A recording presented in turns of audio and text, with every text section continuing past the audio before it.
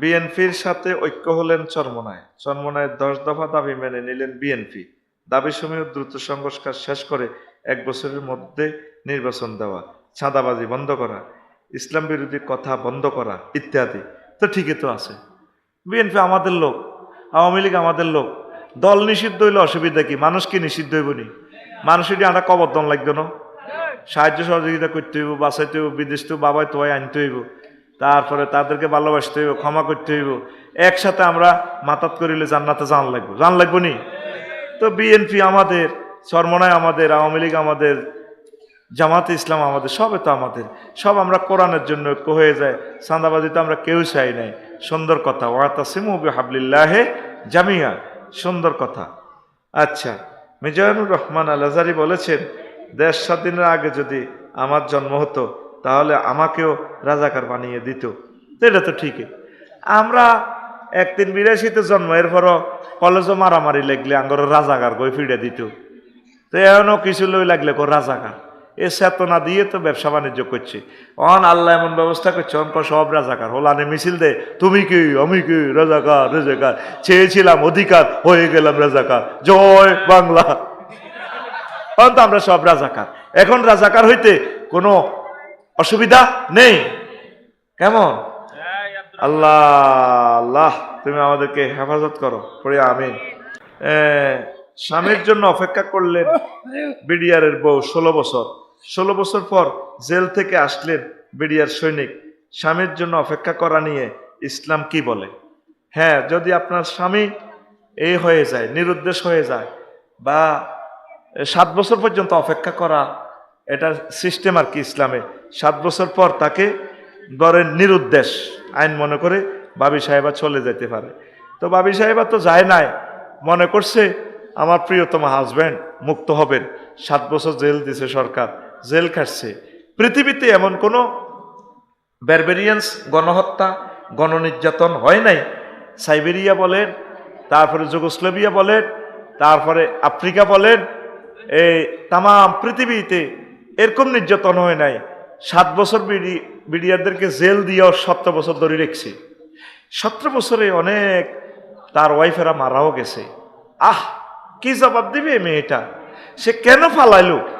আমার দুঃখটা এখানে। আল্লাহ তারে তাড়াতাড়ি আমার দেশ লইয়া নেন, আমরা তারে বলবো, আপনি এই বিডিআর বাই করে কি অন্যায় এতটা বছর জেল আপনি কেন রাখলেন? আপনি একটু বলেন। কথার লগে তার চোখের পানি পড়ে। কেমনে তোরা ভাই আমলিক করতি বলি অন আড়ো সারে কসে তবা ভরি গা গোসল দুই হুদা মিশে আঙুল লগে মিলি জুলি যা, একসাথে কোন রকম দুনিয়ার মধ্যে 10-20 বছর বাঁচি, কোন রকম হারি যাই। আর বিড়ি করে লগে আডিচ্ছা, তার রক্ত তো যা আইসে একটা বালা হলাম ইয়ে আর ওকে তলে তলে আসিল, কোনো বিবৃতি নাই। সবগুলা ব্যাংক ওই মেয়েটা লুট করছে। লুট করি ইজ্ঞা এমনে ধরে, হিজ্ঞা লুট করে দিহি গুনের কাছে দেয়। দিহি এন নেতা সাজে, অন নেতাগিরিও গেছে শেষ হয়ে। ফোলারা আমাদের 40 কোটি বাংলা ভাষাভাষী লোকের 100 বছরের বাজেট লই গেছে গাই ফোলারা। মাগো ইচ্ছা ফোলা আরো 300 কে যদি ওয়াই দিত, তারাই শেষ হয়ে যেতাম। কথা ঠিক কিনা? কেমনে রে ভাই, তোর কি বিবেক হয় না?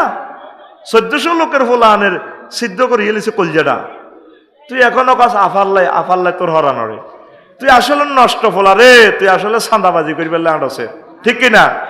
তবে আরো যারা চাঁদাবাজি কর রে, আর প্রিয় আওয়ামী লীগের বাইরে তো সারির মধ্যে দায় দুই বাঁচি গেছে।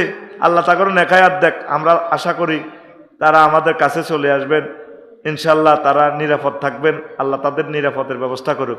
তোরা জিডি দলের নাম বেশি চাঁদাবাজি করস, তোরা হলাইবি কর নাই, তোকে যাইবারও জায়গা নাই। সবুজা সতর্ক হও কিন্তু কইলাম, ঠিক না? তোদের যাইবার জায়গা নাই, তামাশা করিও না। এই 5 মাস দেখতে পাচ্ছি কি করতেছ আমাদের সাথে, ঠিক না? ওদের দেখে যদি শিক্ষা না নাও, তাইলে তোমার পোড়া নসিব, বদনসিব। তো বিডিআর ভাইদের অপূরণীয় ক্ষতি হয়ে গেছে। তাম পৃথিবী দিল তাদের এই ক্ষতিপূরণ হবে। আপনার বোর্ডে আপনারা একদিন পাই কত খুশি হয়। তাম পৃথিবী বিক্রি করলে তো আনন্দ পাওয়া যায় না। তাদেরকে নিয়ামত থেকে আপনি বঞ্চিত করছেন। আপনি নারী নামের কলঙ্ক। কে আপনার মায়ের জাত কয়? আপনি নারী নামের কলঙ্ক। কতগুলো সংসার আপনি শেষ করছেন। সেনাবাহিনীদের, আমার ব্রিগেডিয়ার জেনারেল, মেজর জেনারেল, কতগুলো সেনাকে আপনি হত্যা করছেন। আপনি কেন এই সমস্ত ঘটনাগুলো করলেন? আর আমাদের ওলামায়ে কেরামদেরকে বিনা দোষে তাদেরকে ফাঁসি দিয়ে দিলেন। কি করলেন আপনি? আপনি তো আমাদের প্রিয় নেতৃত্ব হিসেবে সবসময় শ্রদ্ধাভাজন থাকতেন। আপনি আমাদের শিক্ষানীতিটা শেষ করে দিয়েছেন। এমন কোন সেক্টর নাই যেটা আপনি হত্যা করেন নাই। আমাদেরকে শেষ করে দিয়েছেন আপনি। আপনার আর পৃথিবীতে কথা বলার অধিকার নাই। চুপচাপ থাকেন, নিরাপদে থাকেন, তসবিহ তাহলিল করেন, জিকির আজকার করেন, আল্লাহর কাছে ক্ষমা চান। আল্লাহ তুমি রহমানুর রাহিম, গাফুরুর রহিম, আমাকে মাফ করে দাও। এখনো আপনার হৃদয়ে অনুশোচনা আসলো না। আর কত নাটক করবেন আপনি? কিছুটা দিন আঙ্গুর শান্তিতে থাকবেন দেন। আপনি নারী হয়ে আর একটা নারীকে বাসা থেকে বের করে দিলেন। আপনার বাপ কি করছে? একটা রাইফেল কাঁধে লইছে। আর ওই নারীর হাজবেন্ড তো জীবন মরণ রেখে কলিজাতে আর্টিলারি মেশিন গান বেঁধে বেঁধে যুদ্ধ করছে, একটা সেক্টরের প্রধান ছিল। তাহলে এইভাবে ওই রমণীটা কি স্বামীর বাসা বাড়িতে থাকতে পারে না? তাকে আপনি বাসা থেকে বের করে দিছেন। আল্লাহ আপনাকে দেশ থেকে বের করে দিছে। আপনার এখনো অনুশোচনা আসে না? আল্লাহর রাস্তে আপনার যত বংশধর থাকে তাদেরকে বলিয়েন, আপনি নিজে নিষিদ্ধ করে যান, তোদের রাজনীতি করা হারাম। আপনি মেজর বজলুল হুদারে কেন গলায় ফাঁড়া দিয়ে জবাই করলেন বলেন? 7 জনের ফাঁসি হয়েছে, ওনারা ফাঁসি দিতেন। আপনার যেহেতু ক্ষমতা, তারা গলায় ফাঁড়া দিয়ে জবাই করলেন। আপনার বিচার কিয়ামত পর্যন্ত করলেও তো শেষ হবে না। আর জ্বালাইয়েন না আমাদেরকে। তরুণেরা তওবা করে চলে আসো আমাদের কাছে। আই লাভ ইউ তোমাদেরকে। আমরা তোমাদের পথপানে চেয়ে আছি। পড়ি আমিন।